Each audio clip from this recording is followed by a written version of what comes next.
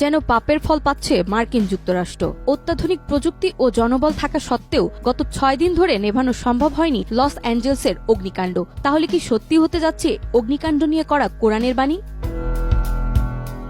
পবিত্র কোরআনে এরশাদ করা হয়েছে, আমি জালিমদের জন্য প্রস্তুত করে রেখেছি অগ্নি, যার বেষ্টনী তাদের পরিবেষ্টন করে রাখবে। তারা পানীয় চাইলে তাদের দেওয়া হবে গলিত ধাতুর মতো পানীয়, যা তাদের মুখমণ্ডল দগ্ধ করবে, এমনকি নিশ্চিহ্ন করে দেবে তাদের বসতি।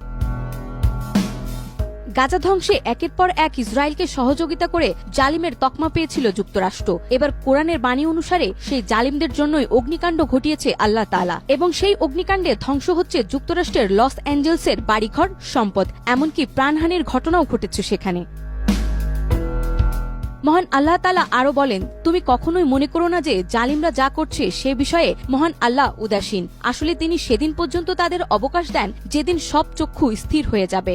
ভীত বিহ্বল চিত্তে আকাশের দিকে চেয়ে তারা ছুটাছুটি করবে, আতঙ্কে তাদের নিজেদের দিকেও ফিরবে না, এবং তাদের অন্তর হবে ভয়ানক উদাস।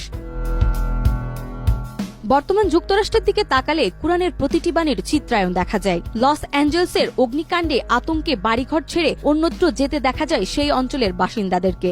সব হারিয়ে কাউকে করতে দেখা গেছে আর্তনাদ, কারো বা দেখা গিয়েছে উদাসীন দৃষ্টি। এভাবে কোরআনের অনেক আয়াত রয়েছে যাতে জালিমের কঠিন শাস্তির কথা আলোচনা করা হয়েছে। আল্লাহ জালিমদেরকে ছাড় দেন, কিন্তু ছেড়ে দেন না। জালিমকে তার জুলুমের শাস্তি অবশ্যই ভোগ করতে হবে। মাজলুমের কাছে মাপ চেয়ে মাপ করানো ছাড়া এই শাস্তি থেকে বাঁচার কোনো উপায় নেই, কারণ তা বান্দার হকের অন্তর্ভুক্ত।